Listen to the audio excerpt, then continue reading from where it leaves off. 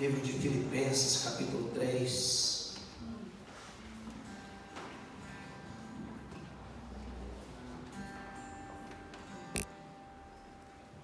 Amém?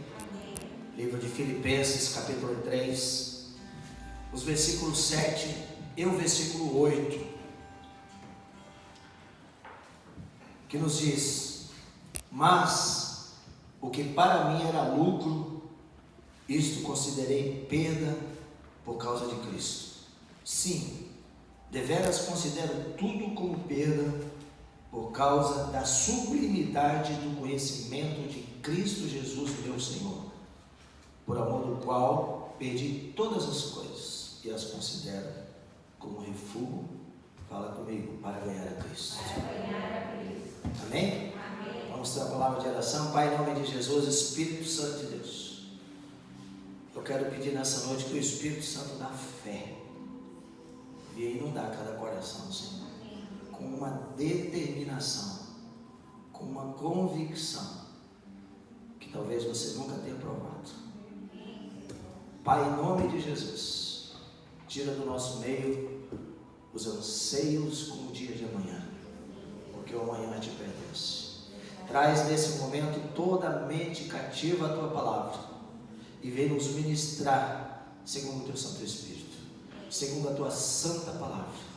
Vem falar conosco nessa noite, Pai, no nome do Senhor Jesus. Amém? Amém. E amém. Eu dei o título a essa mensagem: o valor da salvação. Amém? O valor da salvação. Então, quando o apóstolo Paulo diz: o que para mim era lucro, ele não estava falando de valor monetário, de valor material, de valor financeiro. Aqui ele está abordando valores espirituais. Então a forma correta de olhar para essa declaração de Paulo é atribuir um outro tipo de valor que não financeiro a esta afirmação. Porque o financeiro é muito pouco. Para Deus não é nada. Então, quando ele diz lucro, tinha importância para ele? Sim. Tinha valor para ele? Sim. Mas ele diz que deixou de ser o mais importante, né? Então, tudo isso por conta de uma experiência que ele teve como conhecimento de Cristo Jesus, meu Senhor. Ele diz no versículo 5, no versículo 8, como conhecimento de Cristo Jesus, ele conclui dizendo assim, fala comigo, meu Senhor.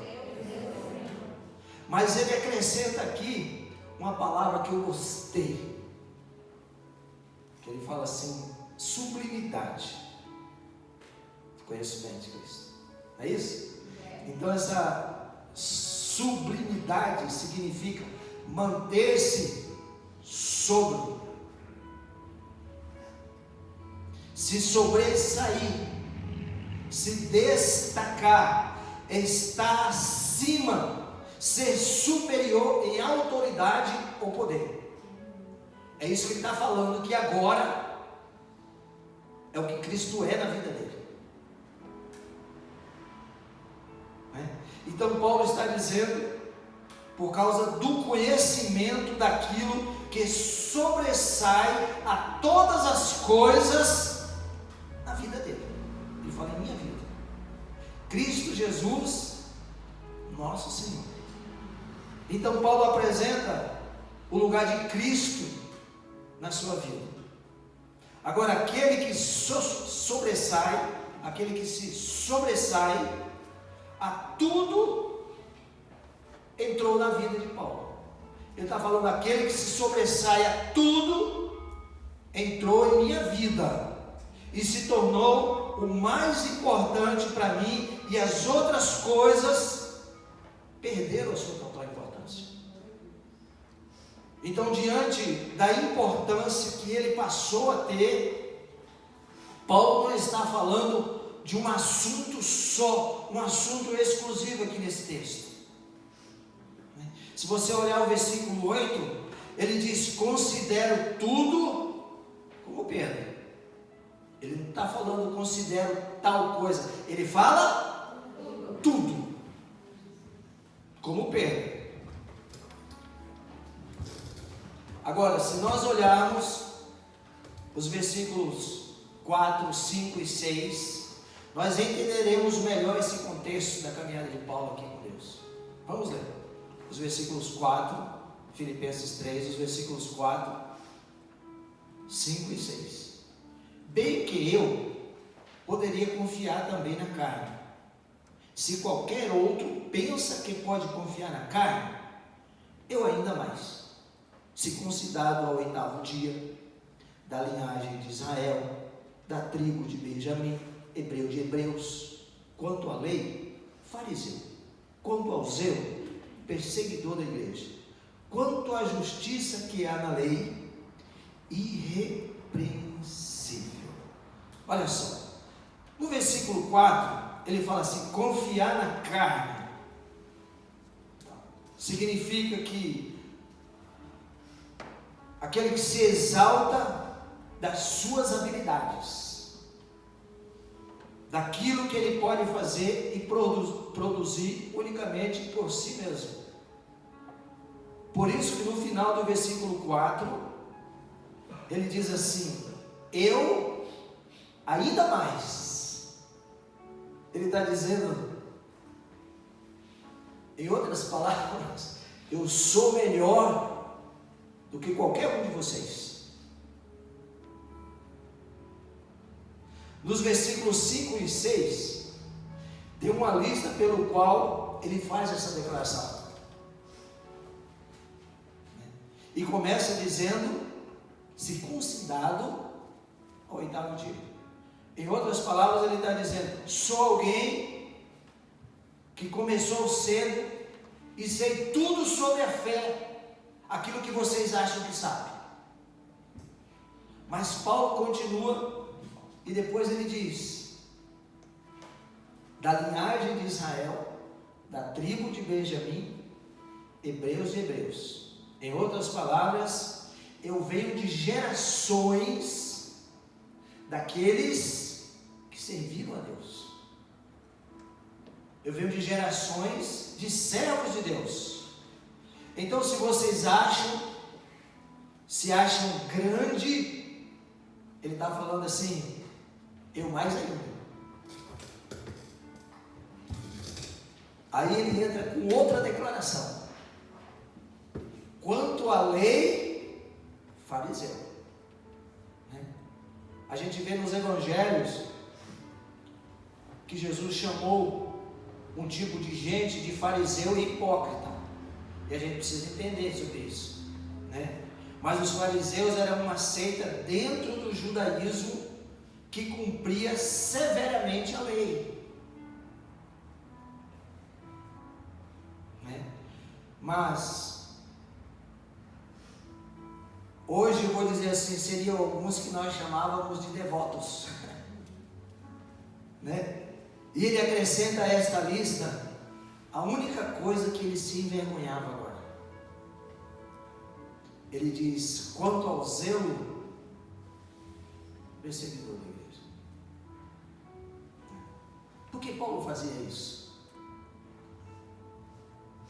Porque era um entendimento equivocado que ele tinha da lei dos fariseus, que eles se achavam os donos da verdade e os novos convertidos não era ninguém. Então a ideia aqui não é exaltar a perseguição da qual ele se arrependia, era destacar o motivo dessa perseguição. Por que ele perseguia? E ele deixa muito claro: quanto ao zelo, eles tinham que fazer isso, porque eles eram donos da verdade. Quanto ao zelo, e para terminar a lista, ele entra com uma declaração ousada, que eu vejo aqui da parte de Paulo. Quanto à justiça, no versículo 6. Quanto à justiça que há na lei, ele fala assim: irrepreensível. Gente do céu, Paulo é ousado com essa declaração. Em outras palavras, ele fala: examine a minha vida e mostra onde quebrei um único princípio da lei. Então, se vocês se acham alguma coisa, eu ainda sou mais que vocês. Esse era até então chamado Saulo de Tarso. No momento que ele tem a experiência da sua conversão, na caminhada a Damasco, ele tem um encontro com Jesus. E aí ele é transformado em Paulo. Mas o que ele estava falando é de uma performance religiosa dos fariseus. Aí ele entra de novo no versículo 7. O que para mim tudo isso era importante, passei a considerar como perda, por causa da sublimidade do conhecimento de Cristo Jesus, meu Senhor. Ele diz: eu não conheci apenas uma pessoa, mas eu conheci Cristo, que está muito acima de qualquer outras coisas em minha vida. Paulo estava totalmente decidido a mergulhar na busca e na sua entrega total a Cristo. Então, meus irmãos, quando a Soraya fez a abertura aqui no capítulo 4, por incrível que pareça, que ele fala assim: aprendi a viver contente em toda e qualquer situação. A gente tem visto pessoas descontentes por poucas coisas. Você não sabe o que é estar descontente com a vida. Tem gente que é descontente com migalhas, com coisas insignificantes. Aí ele está falando assim: ainda que as coisas grandes, as coisas sérias venham a acontecer, isso não vai tomar o lugar de Cristo na minha vida, porque eu sei em quem tenho crido. Você já descobriu por que você existe?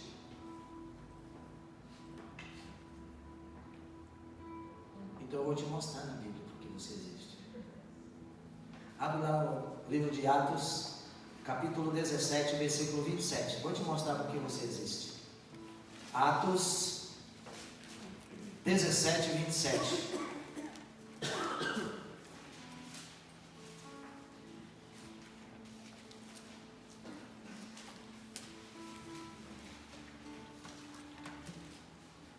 Atos é fácil, né? Logo depois de João, dos Evangelhos. Todos acharam? Para que você existe? Para buscarem a Deus, se porventura tateando o possam. Para que você existe? Para buscar a Deus. Amém? Amém? Mas ele fala assim, algo tateando, né? Quem busca alguma coisa tateando, apalpando, vamos dizer assim, né? Quem é que busca assim? É alguém que está totalmente desprovido de visão. É alguém que não está enxergando. É o que estava acontecendo.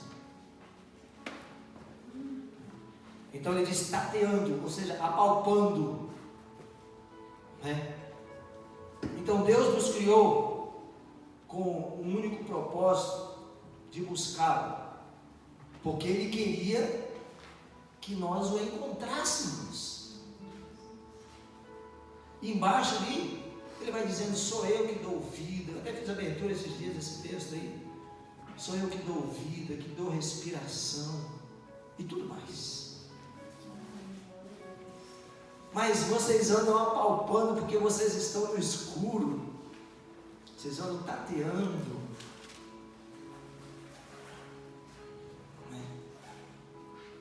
Então Deus nos criou com um propósito para buscar a Deus. E esse propósito não pode ser negociado. Jeremias 29:13 diz: buscar-me-eis e me achareis, quando me buscardes de todo o vosso coração. O que isso significa? De todo o vosso coração, uma entrega total. E seria a chave de voz do versículo seguinte, né? Então, quando Deus nos criou com esse propósito de buscá-lo, não era para preencher algo nele. Deus nos criou com um propósito para preencher algo em nós mesmos, né? Porque jamais teríamos realizações verdadeiras fora dele, fora daquilo que ele projetou. Mas os propósitos, as propostas de comunhão, é uma comunhão no íntimo, sabe? Vida com Deus, vida sincera, é aquilo que a gente aprende aqui, que a gente vive lá fora, que a gente vive dentro de casa, a gente vive fora de casa, vive-se lá no trabalho, vive nas redes sociais, no WhatsApp, sabe? É muito fácil ser crente aqui dentro. O desafio é ser crente lá fora, é dizer não, que não dá certo, eu não vou me contaminar, porque eu tenho uma vida com Deus. E olha que as propostas são muitas. Deus nos criou com esse propósito para preencher algo, porque o ser humano está longe dele, o ser humano está distraído. Como tem gente distraída. E olha que a proposta de distração é grande, a lista é enorme. Então a gente precisa levar essa intimidade, essa determinação de vida com Deus a muito a sério. No Salmo 25:14 ele diz que a intimidade do Senhor é para os que o temem, aos quais ele dará a conhecer a sua aliança.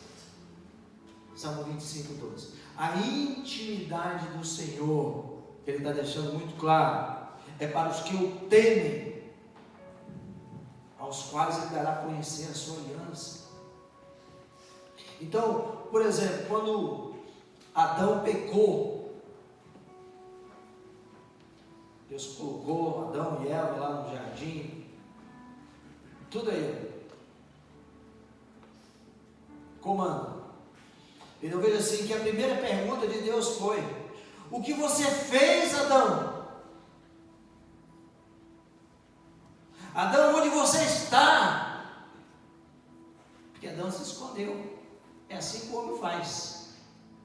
Quando ouve na igreja, ele não faz lá fora o que tem que fazer, ele se esconde, manipula. Ou seja, ele é manipulado por Satanás.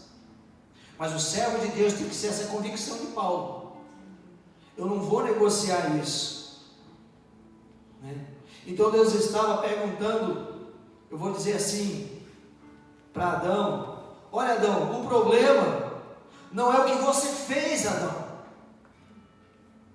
O grande problema que você precisa entender, Adão, é o que você fez que te levou para longe de mim, Adão. Onde você está? Por que você está se escondendo? Então nós vemos, meus irmãos, que a rota da redenção em Cristo Jesus não é só, vamos dizer assim, para desviar, para prevenir a condenação do inferno, não. É para nos colocar de novo nos trilhos de relacionamento e comunhão com Deus. Amém? Né? Então o Senhor espera que eu e você vivamos para buscá-lo, para servi-lo. E essa busca venha nos levar a um lugar de intimidade pleno com o Senhor. Eu vejo assim que Deus olha, né, para essa terra aqui, para esse mundo. Em outras palavras, Deus fala assim: olha, alguns de vocês prosperaram financeiramente, mas já não tem mais um coração para mim.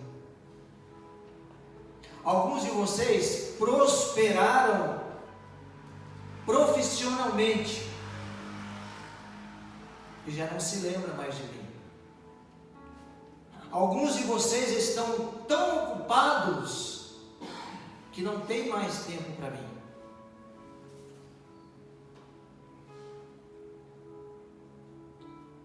Eu humildemente, quando eu percebo isso, Deus olhando e vendo uma humanidade que entra numa amnésia espiritual com muita facilidade, né? Então é o problema da distração, é que nós pegamos coisas boas e valorizamos tanto quanto a lista de qualidades de Paulo aqui eram boas, não tinha nada ruim, a não ser a perseguição da igreja, que ele estava cego e ele não sabia por que ele fazia isso. Mas até que um dia ele caiu em si. Então nós pegamos coisas boas e valorizamos tanto quanto e negociamos a nossa caminhada, a nossa busca com Deus. Estar com a família é bom. Viajar, passear, ir no shopping, é coisa boa. Dar presente, receber presente é bom. Mas isso nos leva a uma distração tão grande, que faz deixar Deus em segundo plano muitas vezes. Então aquilo que não deveria ter, vamos dizer assim, nada que se comparasse com o valor dele, de Deus, de Cristo Jesus nas nossas vidas. Então, que nada concorra com o lugar e a importância de Jesus em nós.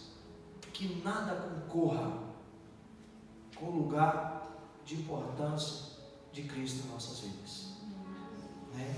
Porque amar a Deus de todo o nosso coração é o maior mandamento. Porque eu vejo assim que não é uma opção, é uma ordenança, é uma ordem de Deus.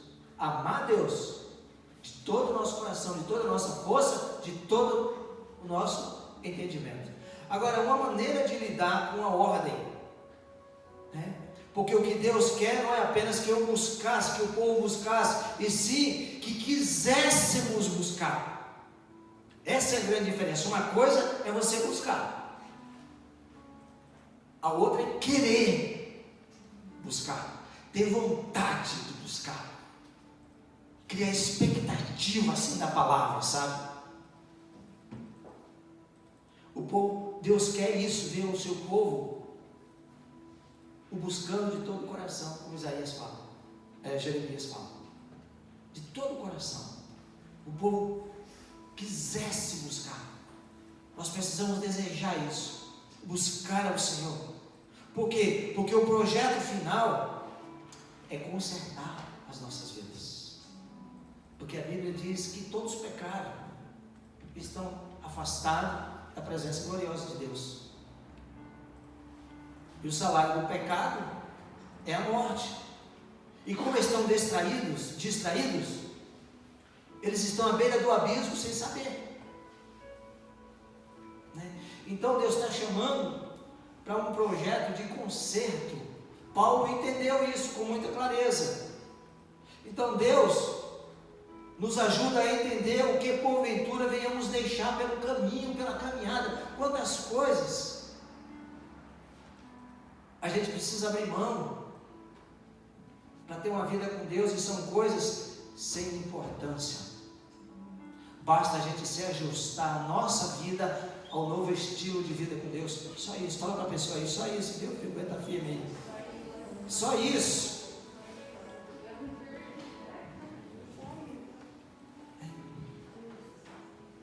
Você quer ver como isso acontece? Vamos para a palavra. Segunda carta aos Coríntios, capítulo 4, do 16 a 18.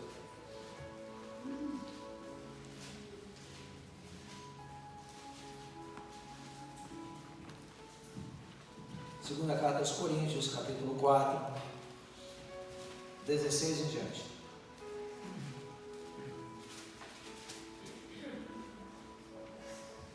Todos acharam? Por isso, não desanimamos. Pelo contrário, mesmo que o nosso homem exterior se corrompa, contudo o nosso homem interior se renova de dia em dia. Porque a nossa leve e momentânea tribulação produz para nós eterno peso de glória. Fala comigo, acima de toda comparação. É isso que Paulo aconteceu atrás. Fala comigo, acima de toda comparação. Versículo 18: não atentando nós nas coisas que se veem, mas nas que se não veem, porque as que se veem são temporais, e as que se não veem são eternas. Aqui no versículo 16, Paulo começa falando: por isso não desanimamos. Ele não está dizendo de reconhecer uma natureza emocional e que está inclinada ao desânimo. Não é isso que ele está falando. A afirmação de Paulo é que podemos viver acima desses sentimentos de desânimo. Amém, querido? Amém. No lugar de muita convicção e determinação de vida com Deus. Essa é a caminhada. Nós precisamos ter essa convicção, essa grande determinação. O apóstolo Paulo, essa coração dele, sabe? E isso tudo nós vemos que é baseado, fundamentados na palavra de Deus, que é eterna. E ele diz ainda que o homem interior se corrompa. Ele está dizendo, olha, do lado de dentro, se o lado de fora se corrompeu com os maus testemunhos, ele está falando assim, há uma possibilidade de conserto do lado de dentro.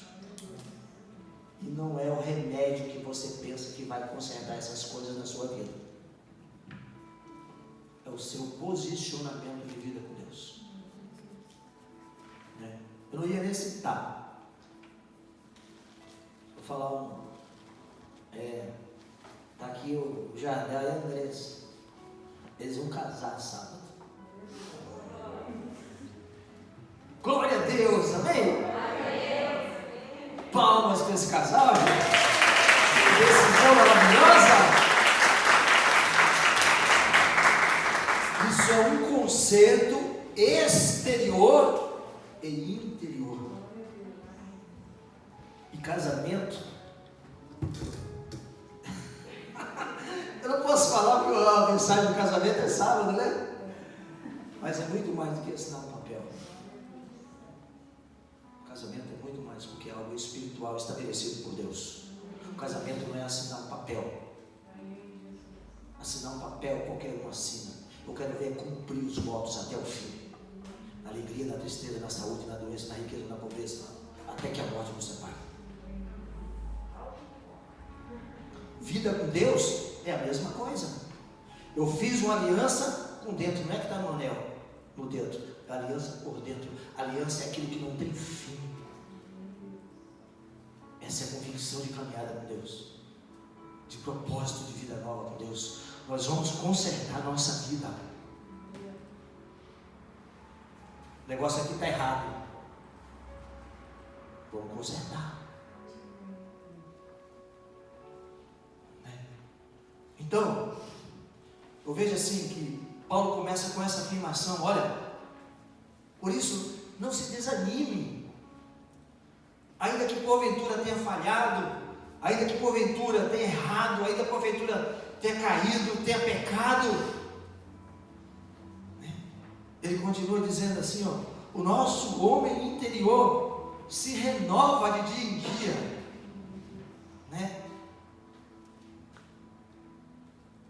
Então ele está dizendo assim que apesar das tribulações, virão forças para te ajudar. Então não tem comparação, ele fala no versículo 17, com a glória em nós há de ser manifestada. Então a fé é algo essencial à caminhada cristã. eu ouvia de conhecer, eu te conhecia de ouvir falar, mas agora é a mesma coisa de Jó e de Paulo. Agora eu tenho experiência com o Senhor e vivo aquilo pelo qual o Senhor tem me chamado. Então, a verdade é que nós temos que escolher onde vamos nos firmar. Se naquilo que está abaixo de todas as coisas, do conhecimento sublime de Cristo, ou aquilo que está acima de nós, Cristo Jesus. Somos nós que vamos nos escolher, né? Então o desânimo, ele vem do testemunho contrário à palavra de Deus. O desânimo, ele é a praga da erva daninha. Tem uma praga aí que deu na grama, aí matou quase toda a grama. Tem uma praga que dá na horta, dá qualquer tipo de plantio. O desânimo eu vejo como algo semelhante, né? Então eu não vou deixar as circunstâncias da vida me desanimar. Eu não vou deixar as circunstâncias contrárias sobressair a minha vida, porque eu tenho Deus no meu coração, eu tenho Jesus na minha vida, eu tenho um objetivo de vida, eu tenho um alvo a alcançar, né? Então eu quero enxergar, que a gente possa assim nessa noite enxergar a materialização da promessa, que nós possamos enxergar a realidade do reino espiritual, em nome de Jesus, né? E que o Espírito da fé venha sobre nós, né? E abra os nossos olhos para que possamos entender, para que a cada dia não viver um dia crente e outro dia descrente, mas que você seja testemunho, e testemunho vivo na vida de outros, para que alguém possa ver assim a firmeza que há em você, para que essa firmeza venha atrair novas pessoas a Cristo, sabe? É nesse propósito de vida. Então que nós possamos pedir ajuda, que o Senhor venha nos ajudar a enxergar a realidade declarada na palavra de Deus, né? Então que nós possamos, eu quero orar nessa noite, né, por aquele ou aquela que porventura tem sido afetado pelo desânimo. Eu tenho visto muitas pessoas desanimadas, e elas entram de cabeça no desânimo como se fosse uma solução. E a primeira coisa quando o desânimo entra é tirar ela da presença do Senhor. Então você vê que a obra é maligna, e ninguém é vencedor em estado desanimado. Paulo, com toda a sua pompa, ele falou: eu sou o que sou, eu estou acima de todos vocês. Aí ele fala assim, de repente ele tem experiência com Deus, considero tudo como perda, pela sublimidade do conhecimento de Cristo Jesus, meu Senhor. Então, que o Senhor verdadeiramente possa te levantar com a sua mão forte, a sua mão direita, e dizer assim: não temas, que eu estou contigo, eu te ajudo e eu te fortaleço. E para a glória de Deus, que cada um aqui seja vivificado através da palavra do Senhor.